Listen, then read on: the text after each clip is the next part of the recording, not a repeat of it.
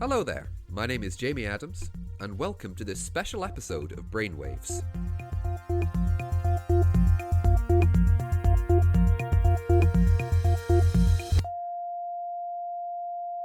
This is a special episode about Dized, the companion app for learning board games. Using fully voiced interactive tutorials, Dized promises to react to what's happening in your game so players can learn as they play.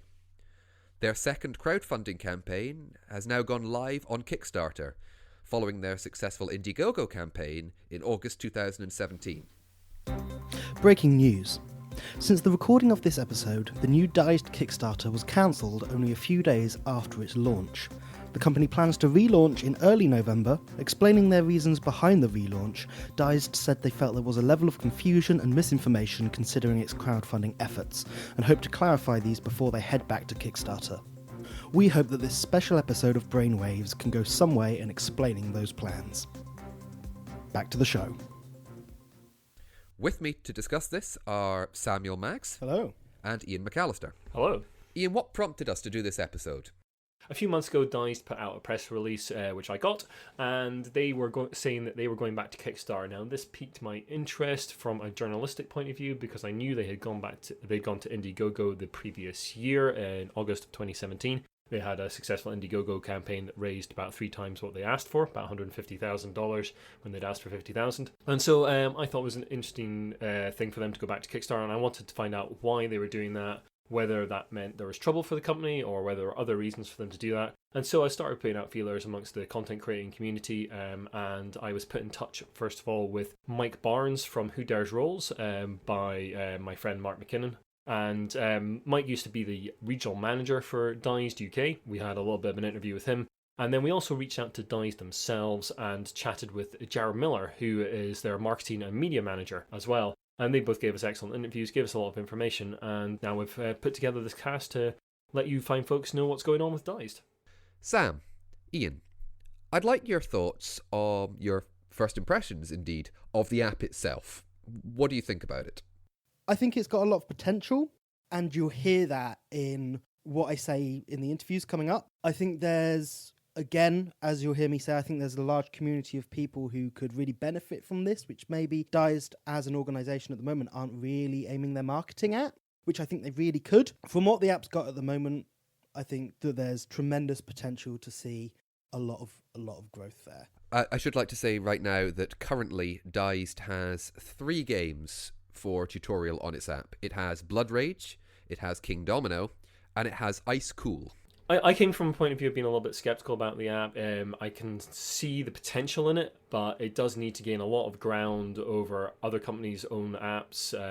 We're seeing a lot of app integration in the industry in general at the moment, and I think it's going to take a lot of effort for Dized to become like an actual platform for various companies to come on board and actually produce those tutorials. I have to say, and you'll hear these in the interviews coming forth, that certainly Jared was very convincing. They are certainly aware of quite a lot of the problems, and they address all those quite well.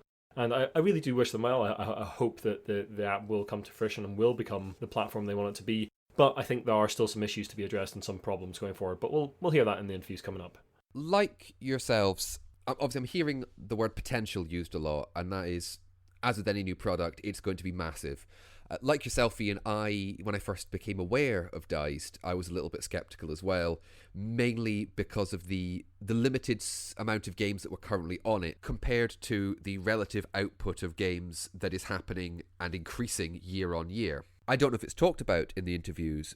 I assume it is discussed on how they'll be able to manage the output to try and keep up with games while still maintaining, from what I've aware of, the generally quite good quality of the tutorials. That was one of our biggest questions kind of straight out of the gate, is how do you keep up with game release schedules and the hotness, in a sense. You know, that it's all very well having a tutorial for Blood Rage, which is a game that came out 1 to 2 years ago now. However, you know, we've got Arkham Horror 3rd Edition on the line. You know, that's going to be huge. Everyone's going to be playing that.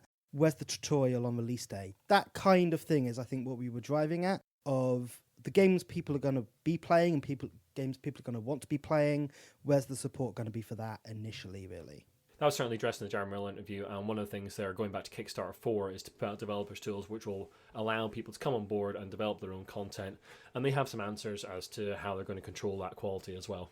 Before we get to that interview, Ian, here is Ian and Sam's interview with Mike Barnes, the former UK regional manager of Dized.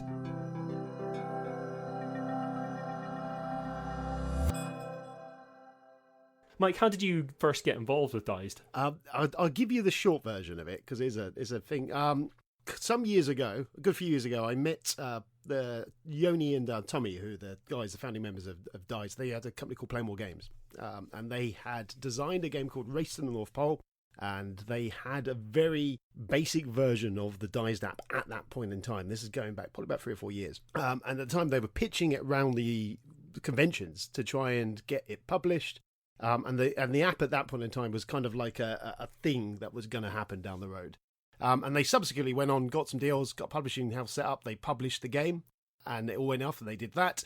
And then Essen, about 2 years ago, they had the rudimentary version of Dized running there for the Race to the North Pole game. And I went along and to the Essen show with them, and we were using it to demo at the show. And it had bilingual, so it did German and UK or English at that point in time. And I was able to demo their game. I knew it anyway, but I was able to demo it pretty much to German gamers. They would come up, sit down. It was kind of like a proof of concept for it at that point in time. And so we had German families and gamers would come up, and we would literally go, here's the app. This is going to show you how to do everything. And we'd basically show them the real basic stuff. And then they were off and rolling, and they would sit and play. I mean, if you've ever been to Essen, they do sit and play games much longer at these shows rather than they do tend to at the expo or stuff like that. So yeah, that was kind of, that started. So we were running it from there. And then from that point, they had an awful lot of interested publishers, as you would imagine, because they were seeing the possibilities of, oh, we've got a bit of kit that we can have at a convention. We don't have to pay to have lots of demos standing there if this will do it for us. So I know there were a lot of closed door meetings, and there were getting lots of ideas and lots of interest from people. And then jump forward, they had the software running really much, and then they went to Indiegogo, which was, I'm going to say, last year. Yeah, last year.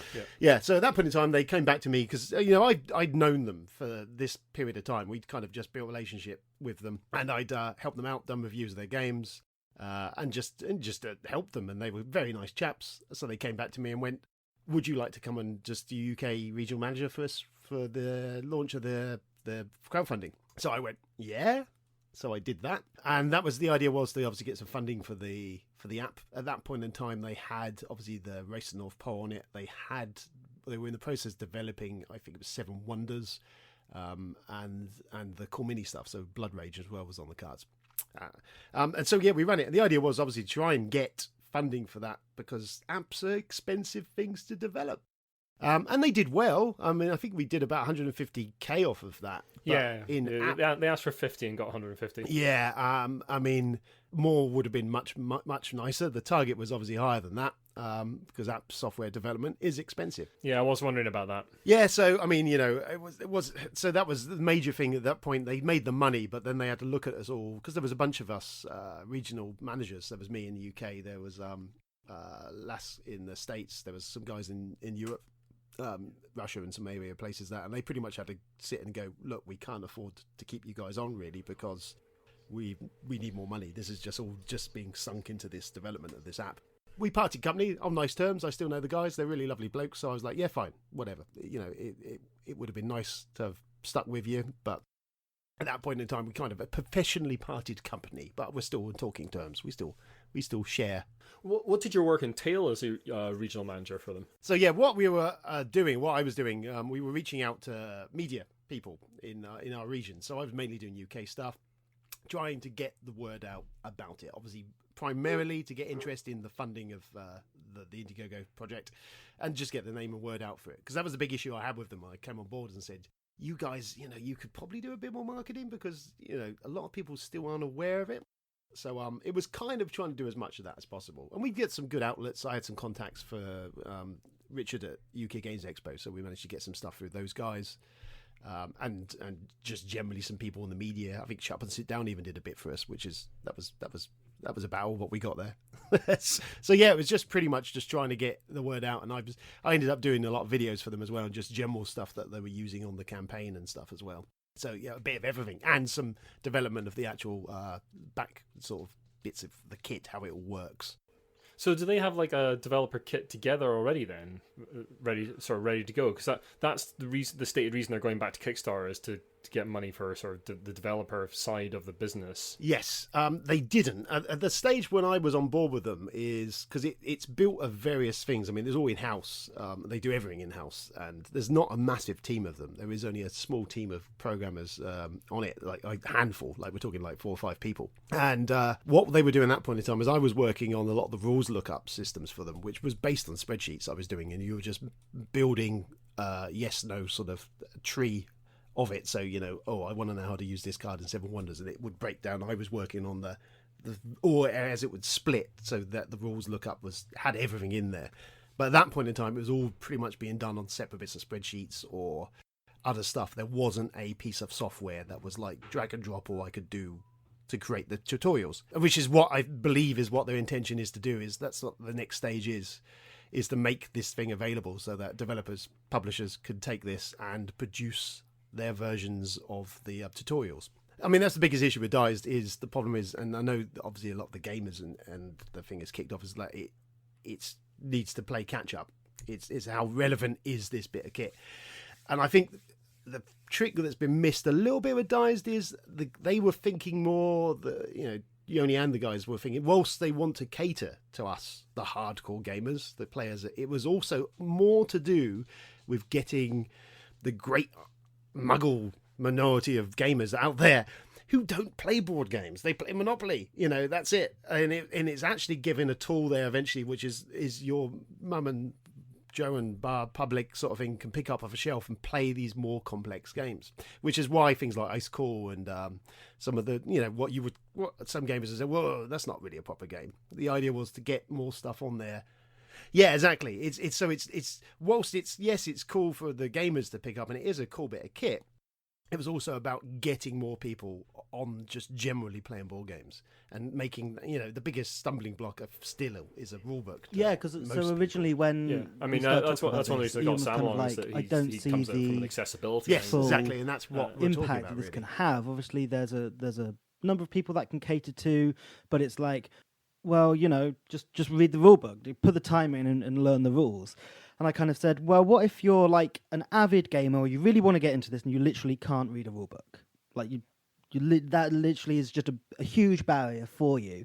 And it's like, I've gone through the King Domino tutorial, and I've had a look at the it's Blood Rage that's on there as well. Yeah.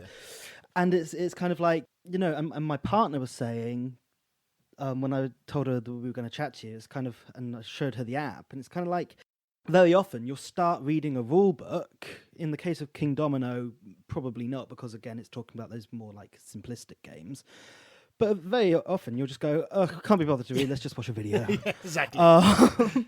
And actually it's really nice to go to the app where everything's in theme. Yep. Everything's very nicely explained. It's all kind of set out for you, and it's not someone who's trying to muddle through the rules for you in a video. It's all very officially done, and it's very, very nice to watch. It's actually an enjoyable experience learning the rules in a sense.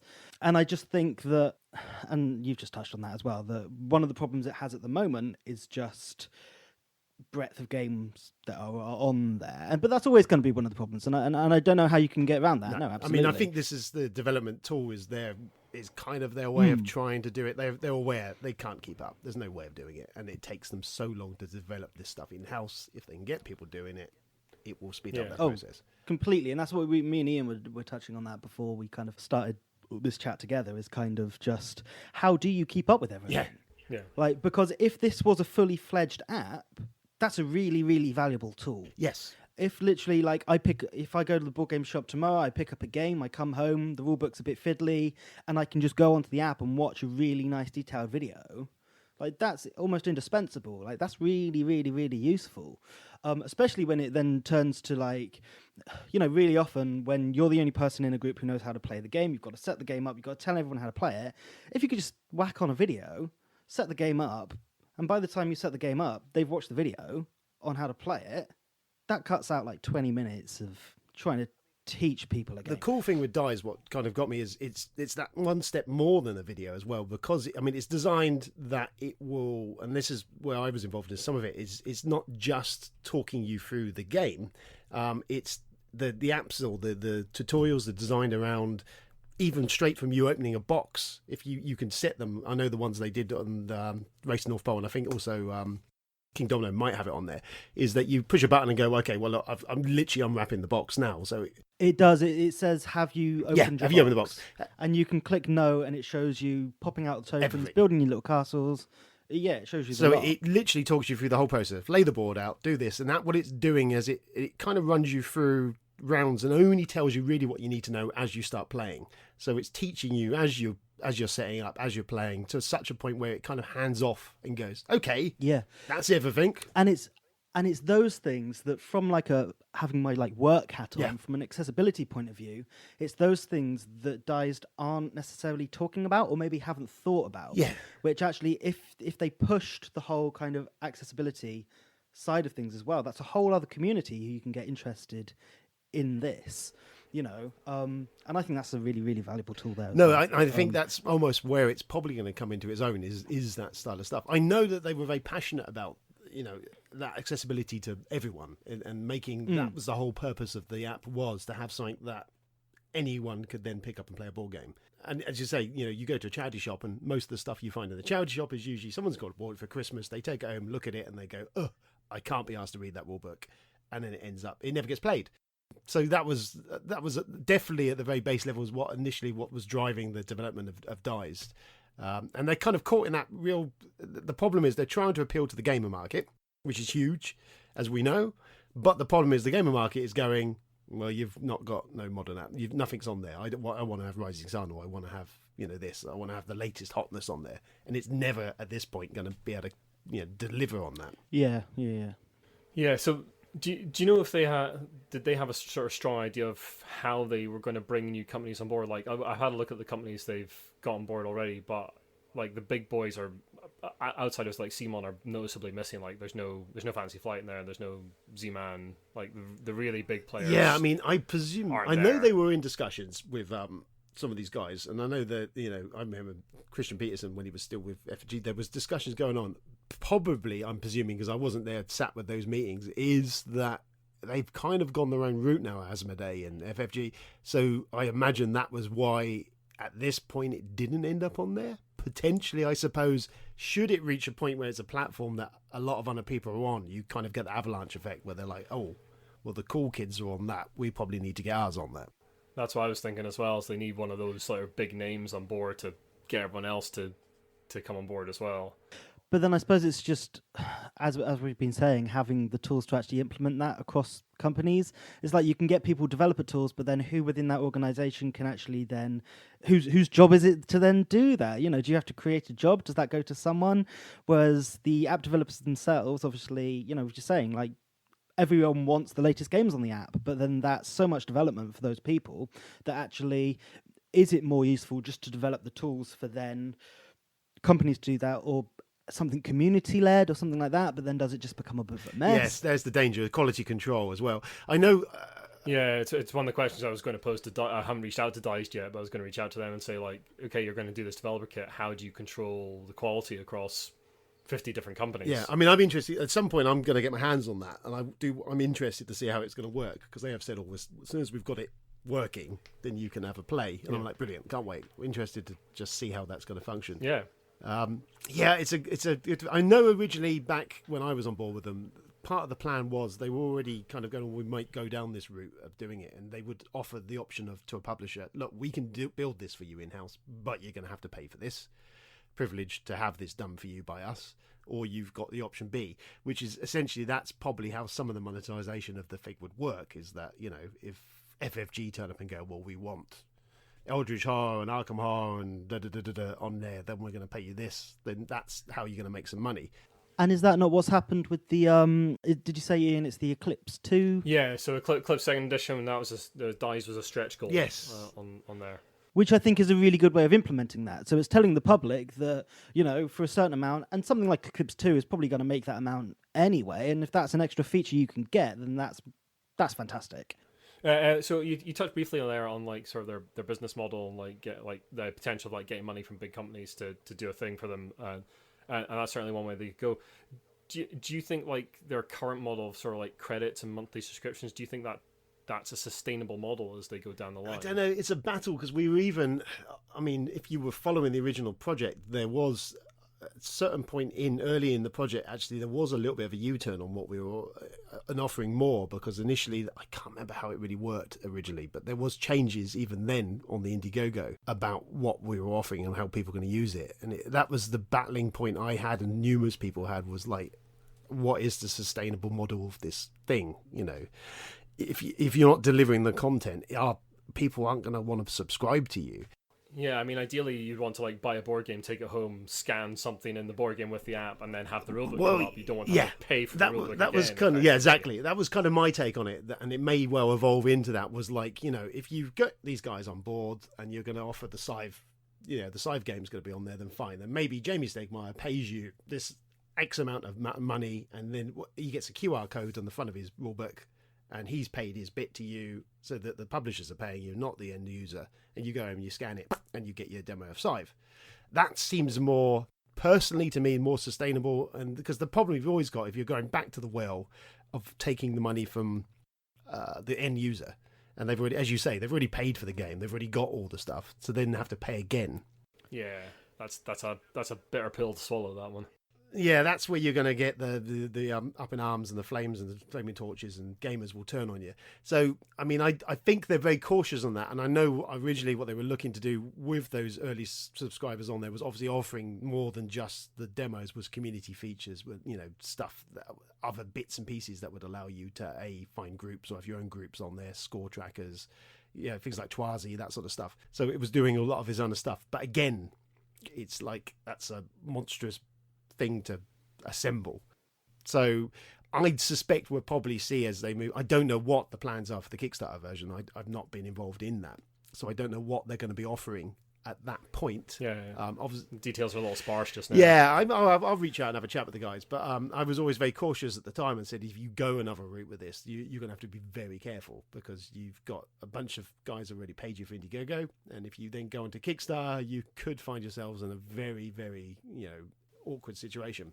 I mean, I had a little read around today, sort of Facebook forums and that kind of thing, and there was already some mumbling of like, well, do the Kickstarter backers get a better deal than us? Should I have backed Indiegogo? That kind of thing. Already those sort of mumblings going on. I mean, that's going to happen. There's no way of dodging that particular bullet, especially now it's already run through that kind of thing. I mean, Indiegogo was originally chosen because it was for tech startup. It's really good for tech startup.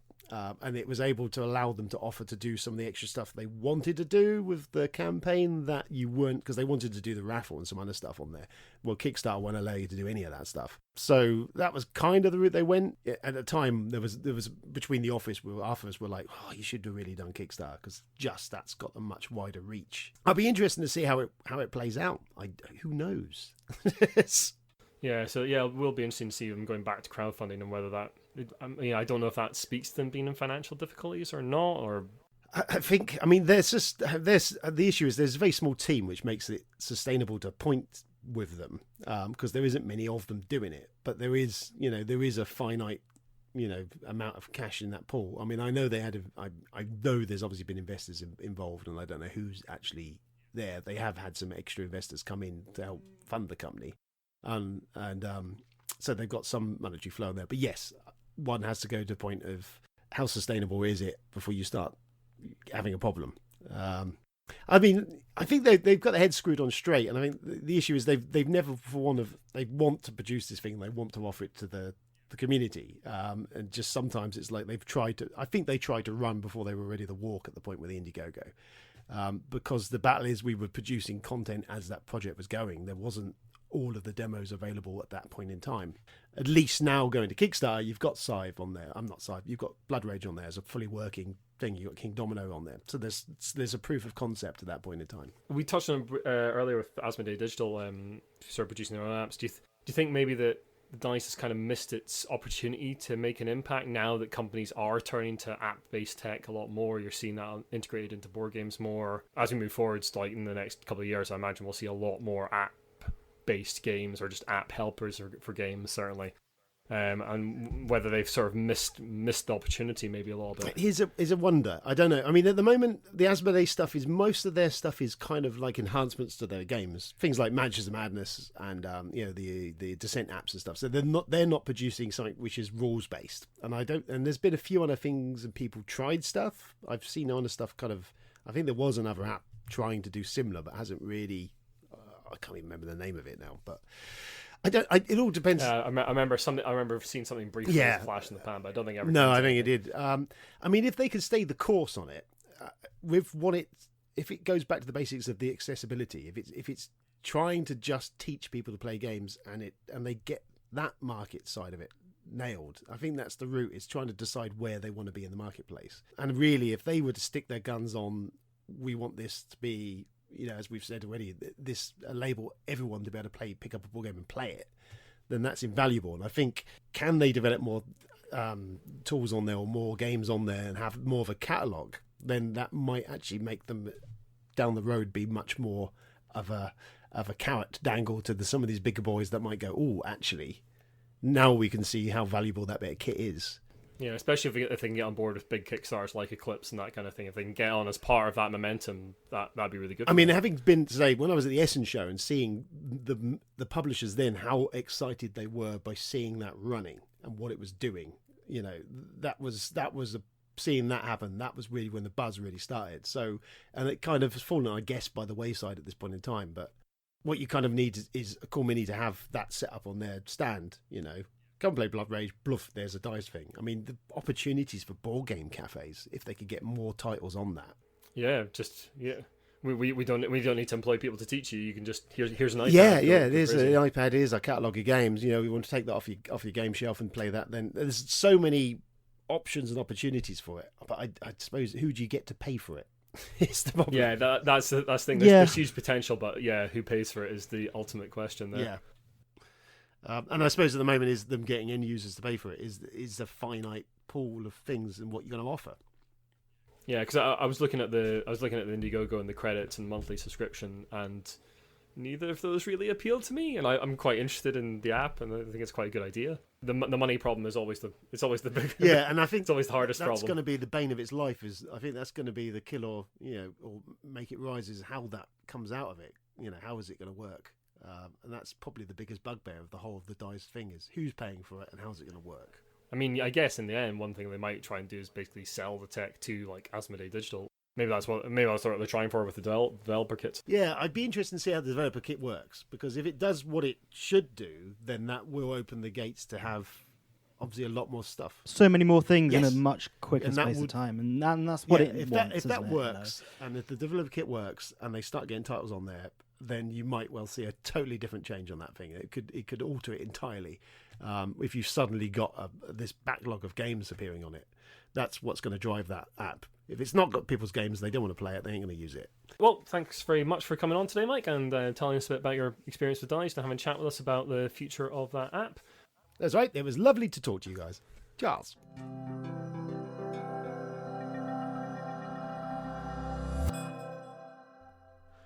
Thank you, Mike, for that interview. Sounded very enthusiastic. Yeah, I think that's the thing that really came across from Mike. He's still got a great relationship with the guys who run Dized. He's still very enthusiastic about the app.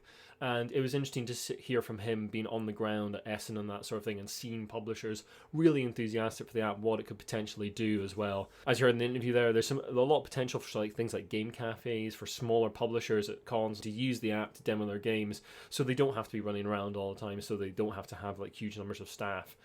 So that could be a really good use of it. No, yes, absolutely. And the discussion that you had regarding who was going to pay for the Dized tutorial, was it going to be the publisher, was it going to be the end user?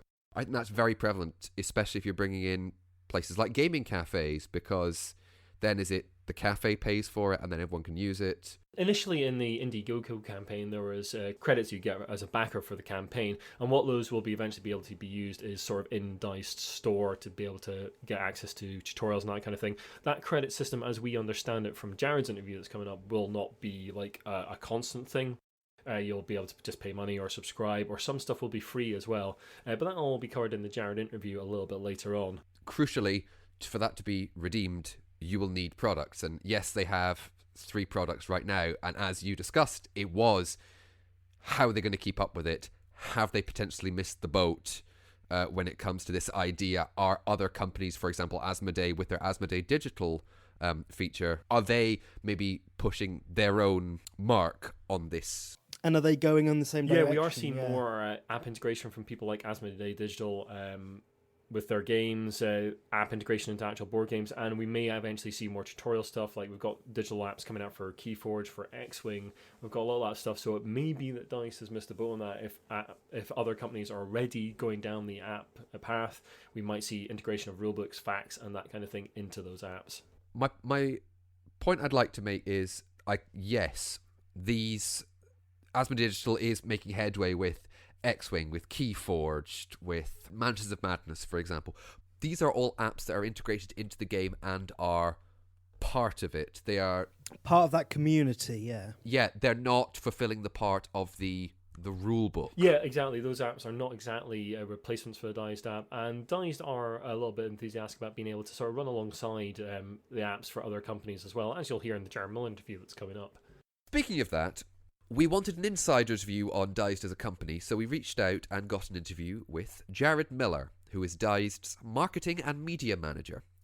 Jared talks about his perspective on the upcoming Kickstarter, the viewpoint of the company on the status and future of the app.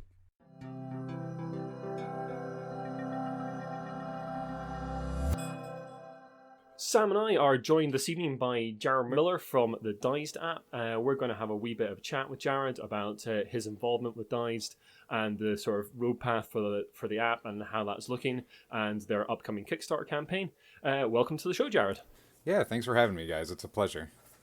Yeah, very nice to have you on. So could you give us sort of a wee bit of background about how you got involved with Dized and what your current role is with the company? Yeah, so I actually am fairly new to the team. I joined back in July of this year, so shortly before Gen Con. I was at CMON for about 4 years before that, and I decided to kind of move on from there and kind of explore what else was in the games industry. And I had previously worked a bit with the guys from Dized because of Blood Rage, because I was the marketing manager at CMON, so I was pretty involved with making sure they had the nicest graphics and stuff they could get so they could, put those into the app. And then we kind of got to talking after I decided to leave CMON, and so now I'm there and I'm doing marketing and social media management because, as you kind of noted earlier, we have an upcoming Kickstarter. So I joined their team to kind of help get prepared for that. And that's the quick summary of what I've been up to. Well, that leads quite nicely into my next question, which is about the upcoming Kickstarter. You guys have taken the decision to go back to crowdfunding after the Indiegogo campaign last year. And so I wonder if you could tell us a little bit about what led to that decision to go back to crowdfunding and what Dized are hoping to get from the campaign. Yeah, so like you said, a little over a year ago, they did Indiegogo, and that's what really helped Playmore, who are the developers, get Dized out there and get the kind of talking about it and get what the early access is now, because everyone can download it now in early access on iOS and Android. But obviously it's right now it's only 3 tutorials, so it's not the full experience. Indiegogo is what helped make that possible and getting the ball started. With that said, the new Kickstarter isn't to finish it. What the new Kickstarter is going to grow the community. Indiegogo has a smaller base than Kickstarter, right? But it was the right choice for the Dized app at the time. Now we feel like with this proof that, look, we can do what we were saying, because back during Indiegogo, it was literally just a dream and an idea. Now, that we have these tutorials, it's like, no, this is what we mean. So we can go to Kickstarter with this product that you can actually get your hands on and kind of reach that larger community. With that, we're looking at adding some new features, which I'm not really ready to talk about right this second. But it is something where it's not just going to be the same campaign, because that's important to us, because we already had, we had a dedicated group who helped make this happen. So we're honoring the time and financial commitment they gave us. They've waited a year. They also put money into making this happen. So we're thinking about them. We're thinking about new people, and we're thinking about what to do with Kickstarter to make it kind of unique. So one of the other things is that the community is important to us, because it's with that we can show publishers that there is this desire to have it. We have a lot of publishers who are already interested, but the more people you have who are supporting the campaign or downloading the app, the more interested the publishers are to get their content on there. Was the original plan from the Indiegogo campaign to have the full app out in August? Because I was a little unclear on that, because originally I thought it was meant to be the full app, and now in the recent Q&A and the press release that sort of started this ball rolling with us getting in touch with you, Dized said that they were going to be moving to sort of more an updating kind of methodology for the app, rather than like having a solid release date. They would sort of incrementally update it. Yeah, so their original plan was that, yes, ideally the kind of quote-unquote full app would be out. Now, with an app of this nature, which is basically like a home to tutorials for every board game out there, it's never complete, kind of thing. Yeah, right, exactly. It's like it's never going to be done, especially because they want card games, like tabletop games, RPGs, CCGs, like all of that. Like the sky's the limit for the app. It can kind of handle anything. So with that said, though, I think the original idea when it was presented was that, yes, you would have this very released app by this time. But what happened was it was kind of like building like the first house that was built. Someone was like, I want to build a really nice house. We have no real blueprints that have come before us to modify off of. So we're kind of, going into this new frontier by ourselves. So Blood Rage took them about 4 months to make that tutorial, which quickly showed that, this isn't going to be a sustainable thing if it's going to take a tutorial 4 months to make, right? Which is why they pivoted into making sure this early access got out to show that it is being worked on and it is in development. But now, like you said, those incremental releases, because we're working on tools right now, and these tools are tools that will help us make animated tutorials like they see in, like a person would see in the app now, and the interactive rules. So these tools are what is being focused on right this moment, because once those are done, our internal team and publishers will have access to these to kind of churn these out faster. So instead of 4 months, you're looking at more of like 4 weeks, which is a much better proposition, right? And makes getting, all of those board games on there. So that's why it switched from that, this is when it's going to be out, to it's early access right now, and then it will slowly update, and eventually it will be out of early access. It doesn't mean it's always going to be early access. No, of course. But the app itself is still in some development too, where we're like figuring out what features work best and just making sure the store works. But as of right now, we just wanted to get something out there so people could see what it's going to be like. Yeah, I think gamers are a little more tolerant of that kind of thing, the sort of early access kind of stuff, because they're familiar with it through like Steam and that kind of thing. That idea that people want to get a product out there to show that it exists, and then sort of like finish it later kind of thing. I think the community as well is really familiar with Kickstarter as a platform. Yeah. Like completely comfortable with that as a platform, and it's tried and tested in the industry really.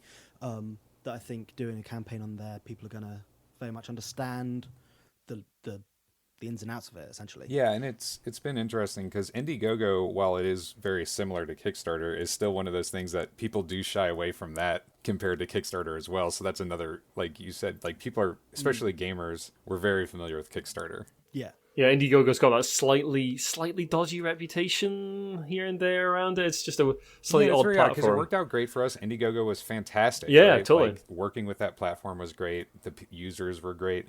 But it just has that, it's not Kickstarter, right? And it's not saying anything against it. It's just that perception.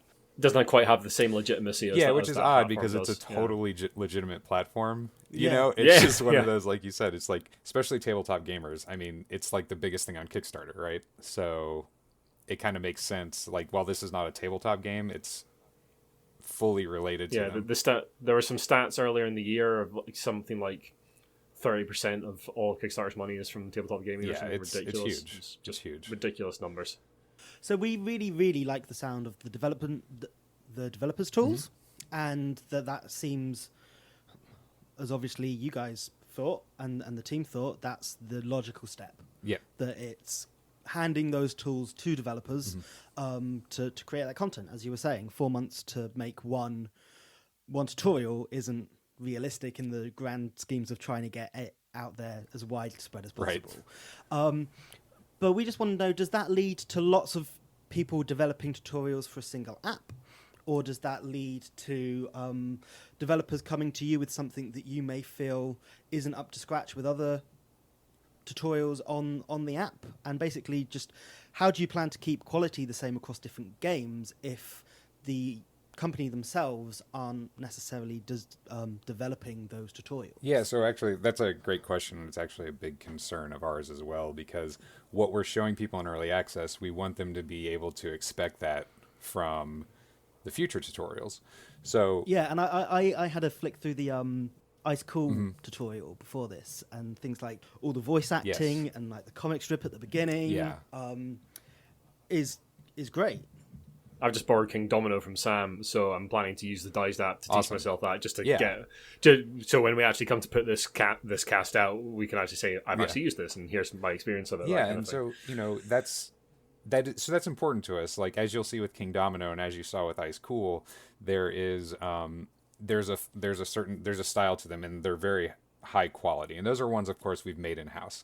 Now, with that said, we are taking those, and that's influencing how we develop the app, or the creation tools, because we want to be able to basically make it so a publisher could make that quality. With that said, obviously, it's going to take a little bit of a learning curve, but we are going to have a team once it gets to the point of releasing the tutorial creation tool, which we don't expect the actual tool for the tutorials to be available until 2019, because that's a very in-depth process. The rules tool, which is, you'll see in King Domino, there's interactive rules where you can type in questions and see all the rules laid out very nice and organized. That tool is coming out very soon. I want to say within a couple of weeks, but it's very soon. Either way, with the tutorial, what will happen is they will submit it to us, and then we will have a review system where we go through it, we make sure it's working right, we make sure it's up to snuff with these previous ones. Because like you said, we don't want it to be... Because it doesn't help anyone if one publisher or one company is known for putting out tutorials that just aren't as good as another one, right? Because we want all of them to be seen as...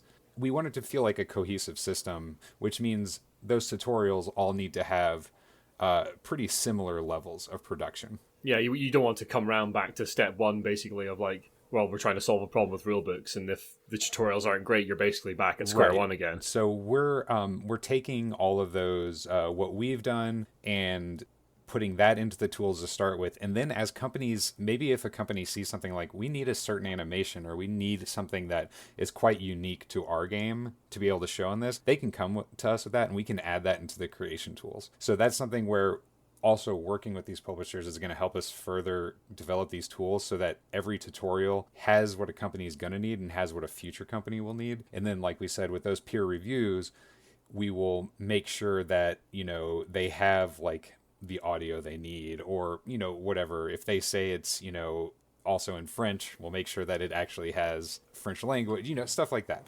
And of course that's going to take time as well, but it's still going to be a lot shorter turnaround than that whole 4-month thing. So we don't have it exactly worked out yet, but that is top of our mind for once these tools come out, to make sure that what these tools are creating are going to be very similar to what we put out now.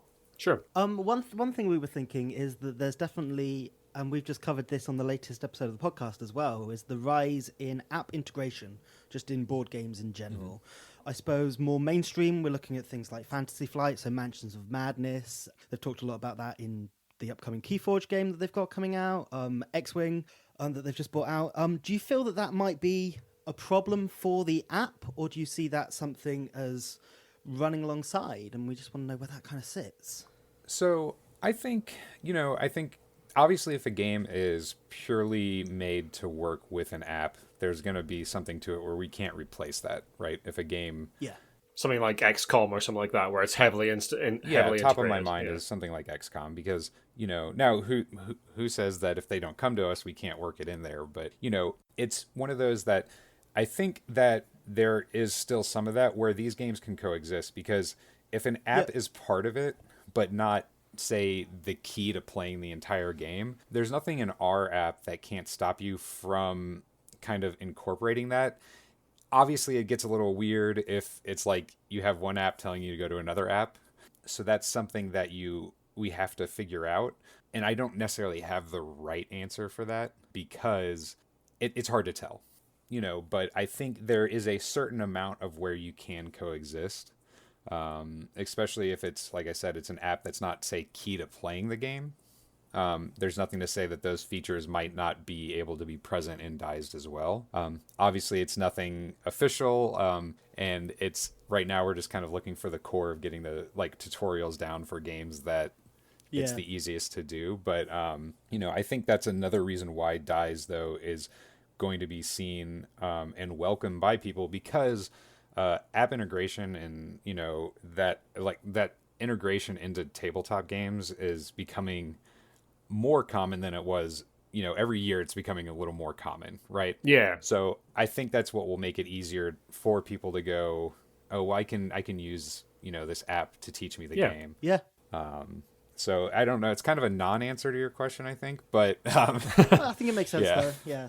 It's a tricky one to answer, because it really depends how that stuff keeps going. It's just down the hard, line. and I'm not the one who necessarily does the development, so the developer may go, no, I have the perfect solution for this, and Jared doesn't know what he's talking about. But I think there's a way where we try to make it work, and we've even talked about before of introducing digital expansions with Dized, where there might be something in the game where if you get the digital expansion through Dized, it actually adds a little something to the game. All right, cool. Almost like DLC and add-on content and stuff. That's really Exactly, interesting. because some That's games cool. it's like you may not need an extra card to actually add something. You may not need that physical component, whereas you could think of a cool way that a digital app could add a little something to a game, even if it's purely a physical based game. So or like a different game mode introduced, something like that. Yeah.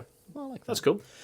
Something I was thinking about when we first kind of started doing these, putting together this kind of episode. So personally, professionally, I work in access for people with additional support needs. Mainly looking at events and things like that. But when I came to this app and first started playing around, I was thinking that this is absolutely fantastic for people who might have a real passion and desire to play games, but physically, for whatever reason, can't sit down with a rulebook and learn that. And I just wanted to know if that was something you'd thought about or thought about pushing, because I think in that community, this could be huge, potentially. Yeah, so for me, especially coming to Dized, the part that I found so awesome about it was just the idea of accessibility to so many people, right? Not just your average gaming group, but to someone like you said who may not be able to sit down and read that rule book. This gives them a way to get into board games that they weren't able to before. Because sure, you could watch a video or have someone explain it to you, but that's boring in a sense. And this is interactive, and and that's the difference. So I love Rodney Smith. I love watching his videos. Super nice guy. Watch It Played is great. I did a lot of work with him when I was at CMON. But that's something where I turn on Rodney if I'm at lunch or something like that, right? Because you can't watch a video and play the game at the same time. I mean, you could, but it's not the best way. And especially if you have, if you have trouble kind of transferring from that video that in that memory to actually sitting down and playing the board game, Dized gives that accessibility of like, okay, I can do this thing immediately and get immediate feedback from the app. Players can do it, put it back into the app then tells you what happens next. So for us, that was a huge part of it, is to making sure anyone could get into board games if they want to through this, right? So if you don't have that expert, or you don't have the ability, if you don't have the rule book, or if there's just something holding you back from the board game, we're hoping that Dized can help get you into that with this. So that is definitely a huge part of that. Awesome. Yeah, No, accessibility is huge, I think. In board games, it's all about community. So getting people together and actively just playing and not having to sit through those explanations or worry about experience. Like if the three of us who are experienced board game players, right, sat down with someone completely new to the hobby, we would be on the same level with this app, right? It would teach us in the same way and teach us this game, and we would all know what's going on and not have to worry about that weird skill gap that some players might have to worry about. So yeah, I'd like to talk a little bit about sort of like the future for Dized, like the business model as the app releases more and as you sort of release developers tools to publishers. One of the things we noticed recently was you had a little bit of Kickstarter integration with the Eclipse Kickstarter. You were a stretch goal in that. Is that something you're planning to do more of down the line? So basically, Dized will be at the forefront of like new hot games coming out. Dized will be there as a rules add-on. Have you got sort of more sort of tie-ins coming? So we were like definitely talking to people. For us, that was huge because obviously we're going to think this. We think Dized is a great stretch goal for any campaign because what's nice is it's incredibly low cost because you don't have to produce anything new for your game, right? There's no new parts. It's just, a matter of spending the time to get that into Dized. So we've talked to a lot of publishers as coming in and saying, listen, this is a great value add for your customers and for you without increasing your campaign costs really that much, because there is, depending on how and we can kind of get into this in a minute, but depending on how rules are used or delivered to the tutorials are delivered to the consumer, because a publisher can choose if they want consumers to buy it or if it will be free. There's some deals in the background, but it's really cheap because you don't have to spin up new molds for miniatures or print new cards. So in terms of Dized being part of Kickstarters, we would love that, and we're talking to a lot of people. I don't have anything to announce right now, but it is something that for us is a huge thing, and that's why, that's one of the benefits of us not being like a huge game publisher, is because we're also not, there's no real conflict of interest there. So it's like we can be part of all of your campaigns because it's not, we're not owned by any one person or anything like that. So for Kickstarters, yes, that was huge. And we are talking to a lot of people, even going back and talking to Kickstarters that are already finished as this is something fun you could add, even now. Any particular ones you're targeting? Just basically kind of any of them. I don't want to say anything right now, but any of the bigger ones and even smaller ones we've gone and talked to. But if our business manager Matthew was on here, I would let him spill beans if he wanted to. But I'm not going to step on his toes right now, just in case. In the end, Dized will need some kind of revenue stream to continue to exist, whether that's coming direct from publishers or from customers buying rule books, that kind of thing. How exactly is Dized business model going to work? Effectively, what's the cost to me of a rule book and the tutorial for a game? Okay, so right now in early access, they're all free. So basically any of the ones that we produce, so you'll see there's 3 on there right now: Blood Rage, King Domino, Ice Pool, and then there's like 10 more on there that we have just right now. Anything we make is always going to be free on there because we're making it in-house. Okay. We've done a deal with that publisher, and that's just how it's going to be. Also, any of the rules, which are, again, what you can see in King Domino right now, those interactive rules, the rules will always be free. So that means we get to your question of the tutorials and kind of money for that, right? And then, of course, in the future, digital expansions. So this is where it comes down to a publisher preference. So let's say, for example, there's a publisher who wants to do a tutorial for their Kickstarter game. They could choose to have it be a free code that they give to all their Kickstarter backers so they could get the download for free. And then that's just then there's a deal, in the back end of costs for publishers, but the user would get it for free.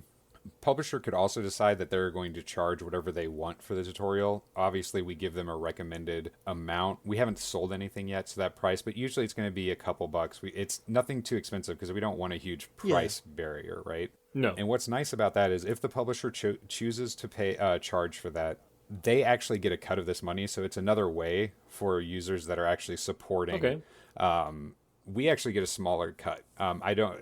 The exact amount isn't out there, but the publisher gets a majority of the money, and then we get basically kind of service fees for hosting and things like Yeah, that. sure. And what's actually nice about that, and what a lot of publishers have decided to do, is that let's say or when we've talked to them about doing this in the future, they've liked the idea of basically, say it's a new game, there's a code in the box. You go to the app, you enter that code, you get the tutorial for free because you bought the game. Yeah, I was about to ask that, because you get this in role playing games a little bit with the Bits and Mortar Yes. initiative that people like Evil Yep. Hat are involved with, that kind of thing, where you buy the RPG and you get the digital version Exactly. for free. Like I picked up the Vampire RPG during Gen Con, and I got the PDF for that, and it's nice because sometimes just it's handy good to to have have. a book. I like having books on my shelf, but sometimes it's nice to just have that PDF. So similar idea. You get the code, you get the tutorial for free. Now, let's say you buy your game secondhand, or you're at a cafe and you're checking out the game. That's when you could go to the app and actually, if the publisher is deciding to charge for it, you throw down your $1 or $2 or whatever and buy it. And so that's a great way for secondhand games to still support the publisher, right? So or they could just choose to give it away for free at all times. So, and there will be some ads, and just while I'm thinking about it, there will be some ads in the app. Okay. And again, that's something we're still working on, but that could lead to possibly some tutorials being ad supported, possibly. But ideally, nothing that's going to interrupt the ad, or nothing that's going to. So it's not going to be like you're doing the tutorial and then all of a sudden an ad cuts you off. Yeah. Please watch this 30-second tutorial. This 30-second advert to continue. Before about maybe you watch an ad and then you get to download the tutorial, because that's the other important part, is you're not streaming the tutorial, right? You're downloading it to your app, so you only need that connection to get the tutorial that when you're going to use it. So in case like your cafe or your house doesn't have great reception, you can download it and then still use it. But basically, you could get it for free if the publisher wants to give it to you for free, or you pay and the publisher gets a cut, or if it's from us, it's always going to be free.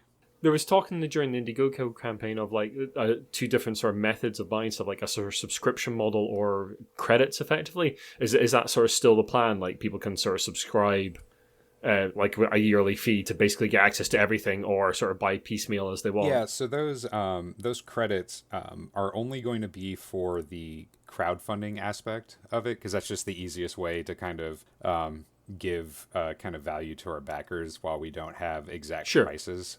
Oh, right, okay. So so people who do Indiegogo and people who do Kickstarter will be getting those credits that you mentioned. But in reference to the subscription thing, that is something we want to introduce, but we want to introduce it when it makes sense. It doesn't. Yeah, once there's enough content on there. So that is something we'll do, and we'll have. We've already started discussing prices that would make sense for that, because again, we want it to be affordable, but with that you would have full access to everything on the app. Sure. And again, we want to wait to launch that until it makes sense, though, because if we launch it too early, it just looks like a bad deal, right? Yeah, of course. So that is something we have planned, and that will be a choice you can have. So if you just want access to the whole thing, you will be able to subscribe eventually. We mentioned game cafes briefly there. Is there any thought as to like sort of a game cafe basically getting a sort of subscription for multiple iPads or something like that along those lines, that they can basically use Dized as a sort of in-house tutorial kind of thing for themselves? That's something we definitely are thinking about, how we can work with retailers again, or like cafes, retail shops, things like that, any of those friendly local game stores. We don't have an exact plan worked out, but it is something we've talked to them. We have investors in our company who are actual game store owners. We have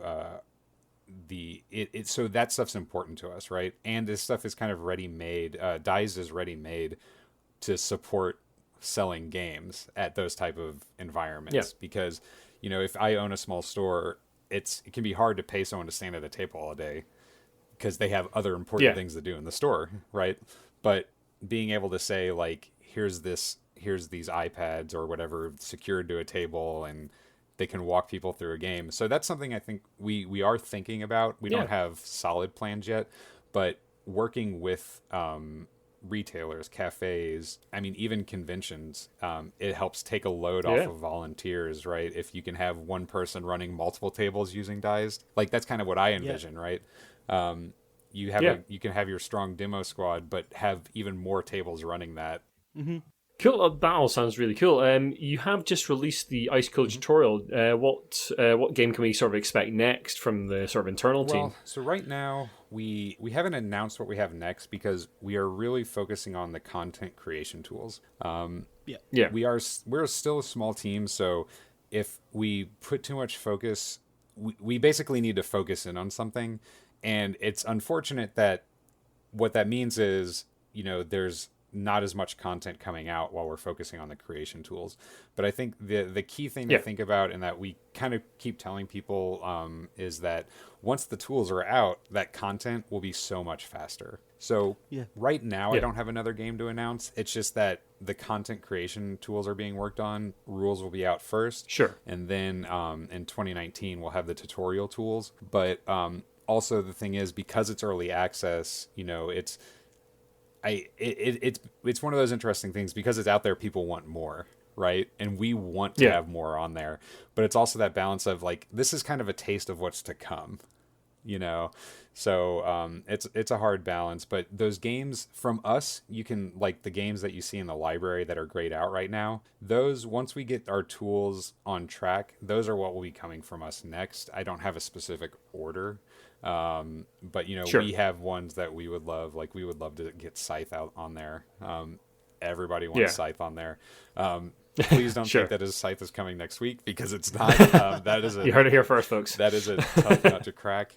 I can imagine. But right now it's really focusing on those tools so that we can just really rapidly speed up the output of all of that and catch up with the hundreds of thousands of games that are out there. Do you have a sort of date for the Kickstarter that's coming? So it is soon. I will say that we are aiming for October. Originally we were talking September, but we want to launch when it makes sense. We don't want to rush it out. And a big thing for us is making sure that rules tool is done, because we want to get it out there and show people what we what we have been working on, right? Because we understand how us just saying we're working on this,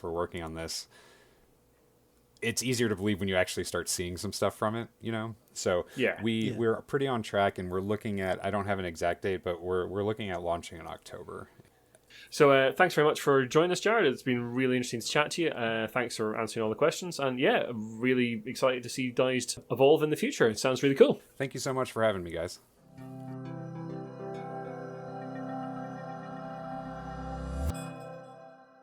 Thank you very much for that, Jared. It's very clear that he and the company is aware, as you said earlier, of all the problems and the potential pitfalls that they may fall into during this campaign, and using Dized as a tool. I think I actually came out of that interview so much more enthusiastic about the app as when I went in a sense that it almost sounds like they're fully aware, as you say, of those problems. And I think Jared had very clear and concise answers as to what they've thought about for those problems and how to fix those problems. And I think they're answers that do make sense. I think a lot of people might not be happy with some of them, thinking like, oh, I'm kickstarting this, but then I might have to pay for X and Y rulebook down the road. But when you really start to think about it, what other ways are there that can happen without having Dized as just this £10-20 app that you buy straight up? As a skeptical one of our pair of our interviewees, I did actually come out of that interview with a lot more enthusiasm for the app. The guy, Jared, certainly seems to have his head screwed on. He had a lot of good answers to our questions about the difficulties behind getting publishers on board, how the financial model is going to work down the line. Because in the end, this is going to come down to the money. Can you get people to pay for rule books they technically already own in a way?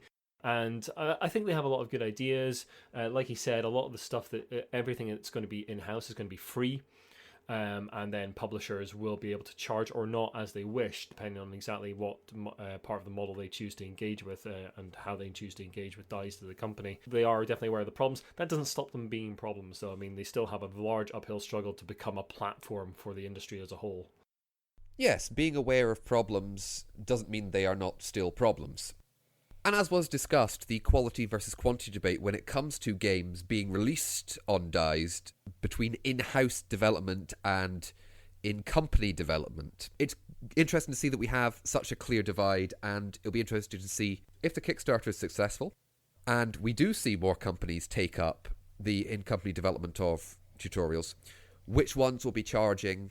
Will it be consistent throughout companies? Will it be consistent for certain games? I think a lot of it also comes down to, can they keep that quality control? I mean, they say they can, but if it ends up with like there's tutorials that aren't complete or not right, then as I said in the interview, they're going to be back to square one because they want to help people learn rules.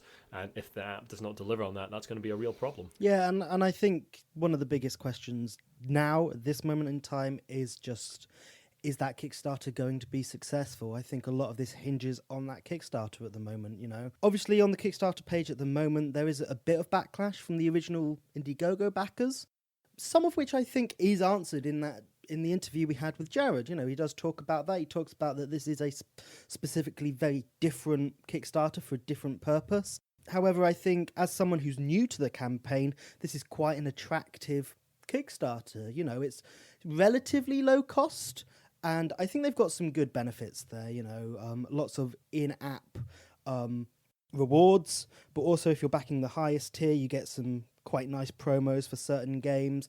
I'm a big fan of the King Domino Castle, and you get some other stuff as well. Obviously, that all depends on actually if you own those games. But whilst I agree with that, that's Sam, I promos think they for will you. run into problems if the Kickstarter campaign fails. It's just going to look really, really bad for them, and it might make people lose a lot of faith in the app. Which, as we all agree, it's a really good idea. Yeah, I think it would be a shame just to see this fall by the wayside. Ian, you're the only person out of us who's actually used the app currently for its main purpose. Sorry. Yes, Ian, How did I you get on with believe it? you used it to teach you and your partner King Domino. Tell us your thoughts about, well, I'd like to know your thoughts on using Dized to teach, and then King Domino. Sure.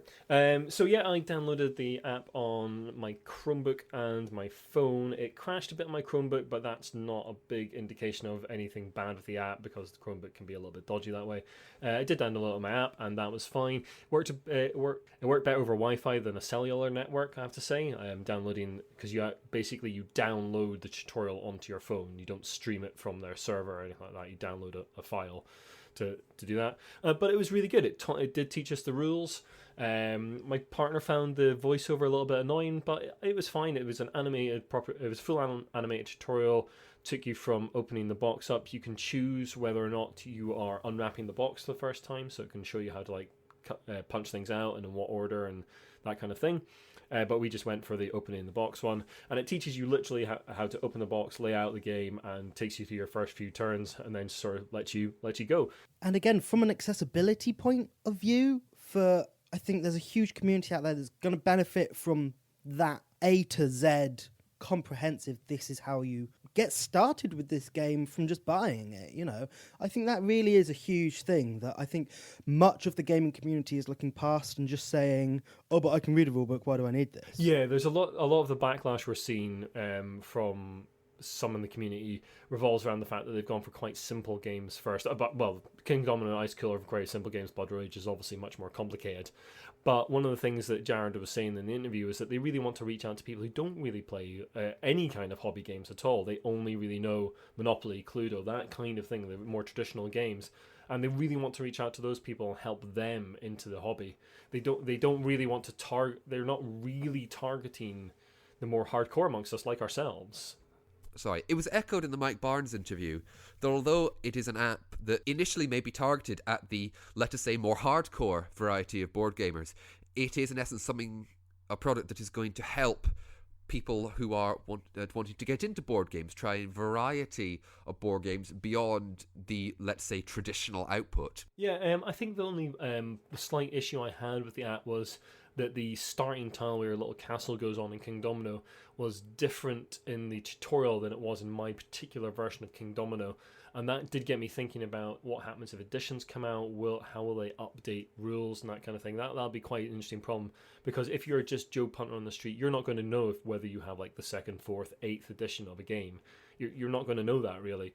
And although it momentarily confused me, it might really confuse someone who is not more familiar with sort of setting up board games like we are. I admit, when I first was aware of Dized, I was As I said at the very beginning, I was very skeptical, and it was from the idea of, oh, it's teach people how to read a rule book, or you don't need a rule book. But we've got plenty of games that we can read through rule books. I don't see what this is.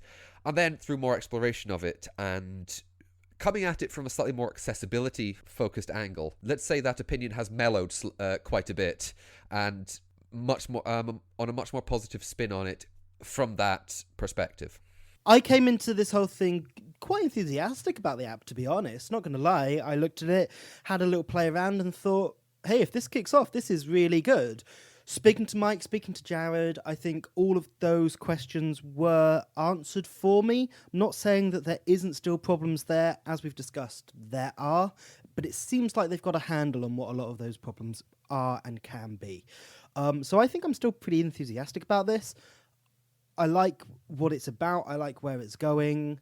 And I think they can do some really interesting things. Yeah, I mean, I'm still the cynic of the group, but I must admit, I definitely came out, especially the Jared interview, with much more enthusiasm for the app.